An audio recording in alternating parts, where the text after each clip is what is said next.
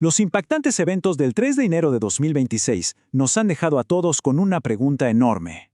¿Y ahora qué sigue para Venezuela? Vamos a analizar juntos los hechos, el vacío de poder que se ha creado y los escenarios que se abren a partir de este momento. Esta frase realmente lo resume todo. No estamos hablando de un simple cambio político, para nada. Las fuentes lo describen como un verdadero punto de quiebre, un antes y un después para la nación. Lo que se decida en estas próximas horas, bueno, va a definir las próximas décadas. Es que todo pasó a una velocidad de vértigo.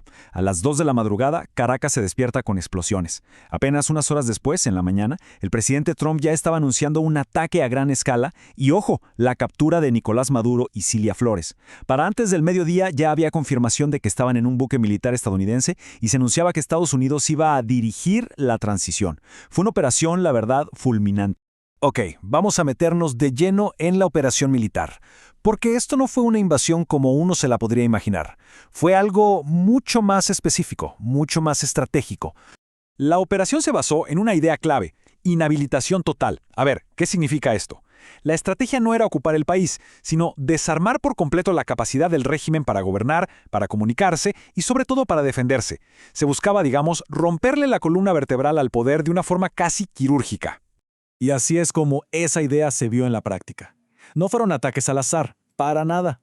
Neutralizaron La Carlota, el corazón aéreo de Caracas, Fuerte Tiuna, que es el centro de mando militar, y la base de los F-16 en Barquisimeto, con lo que liquidaron la defensa aérea. Hasta el aeropuerto privado de Charallave fue inhabilitado. El mensaje a la élite era clarísimo: no hay por dónde escapar. Desde la perspectiva de la Casa Blanca, la operación fue un éxito total. El presidente Trump la describió como impresionante y, sobre todo, recalcó que se hizo sin bajas estadounidenses. Una proyección de poderío y de eficiencia militar, la verdad, abrumadora. La consecuencia inmediata de esta inhabilitación total es un vacío de poder muy pero muy peligroso. Con Maduro fuera de la ecuación, la pregunta es obvia: ¿quién tiene el control real de Venezuela en este preciso instante? Quienes quedan en pie son los del llamado Círculo de Hierro. Por un lado, Delcy Rodríguez es la sucesora según la Constitución, pero su poder real es una incógnita. Luego, Diosdado Cabello, que controla el SEBIN, el Servicio de Inteligencia y los colectivos del partido. Vladimir Padrino López, que tiene el mando de las Fuerzas Armadas, y Tarek William Saab, que maneja el aparato judicial. Pero la clave está aquí. Cabello controla la inteligencia y la calle, mientras que Padrino controla las armas. Son dos pilares de poder gigantescos que ya no tienen un centro que los equilibre. Un choque entre ellos parece casi inevitable. Y casi de inmediato surgieron dos relatos, dos narrativas totalmente opuestas. Por un lado, el comunicado del régimen denunciando una agresión. Por el otro, figuras de la oposición como María Corina Machado y Edmundo González, diciendo que están listos para tomar el poder y reconstruir la nación. El país literalmente partido en dos discursos. Y ojo con este factor que es clave: los apagones masivos en Caracas. Esto no es solo un problema técnico, es un arma estratégica. Limita la capacidad del régimen para llamar a su gente y al mismo tiempo le complica muchísimo a la población organizarse. Quien controla la electricidad ahora mismo controla el territorio. Entonces, con este panorama de caos, de vacío de poder, los analistas ya empiezan a dibujar los posibles caminos que podría tomar el país. ¿Qué viene ahora para Venezuela?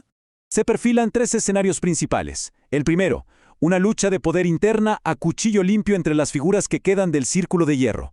El segundo, una transición liderada por la oposición que intentaría empezar la reconstrucción.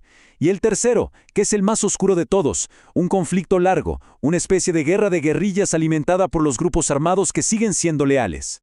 Los mercados de predicciones, que intentan ponerle números a estos escenarios, estiman entre un 35 y un 45% la probabilidad de un cambio de régimen total para marzo de 2026. Es una cifra alta, sí, pero también nos dice que la incertidumbre es enorme. Nadie sabe realmente qué puede pasar. Y aquí entra un actor que puede cambiarlo todo, una especie de comodín: la guerrilla colombiana del ELN. Tienen un control territorial profundo en la frontera, manejan rutas de narcotráfico y minería ilegal y ya prometieron defender a las fuerzas aliadas a Maduro. Ojo, porque tienen el potencial de convertir esta crisis en una guerra asimétrica, larga y muy sangrienta. Su intervención podría ser el factor que nos lleve al peor de los escenarios. Por supuesto, un evento de esta magnitud no se queda solo dentro de las fronteras de Venezuela. Las repercusiones ya se están sintiendo a nivel mundial, tanto en la economía como en la geopolítica. En lo económico, el contraste es brutal. Antes del ataque, el pronóstico para Venezuela era una caída del 3% del PIB y una inflación de casi el 700%. Una locura. Ahora, si se logra algo de estabilidad, algunos análisis apuntan a un potencial de crecimiento de hasta el 6%. Es literalmente la diferencia entre el colapso total y una pequeña luz de esperanza. Y esto nos lleva a la dimensión económica de toda la intervención. El presidente Trump ha sido súper explícito. Su plan es que empresas de Estados Unidos entran a reconstruir la industria petrolera de Venezuela.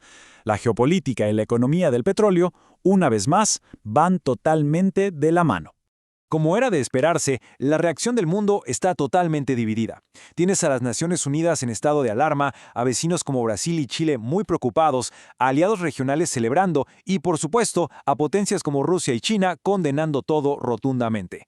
El mundo está tan polarizado como la propia Venezuela. Y así llegamos al punto crucial. Para los líderes que quedan en Venezuela, el camino parece tener solo dos salidas, y son extremas. ¿Buscarán una negociación para evitar una destrucción mayor o se van a atrincherar en una resistencia que podría llevar a la aniquilación total?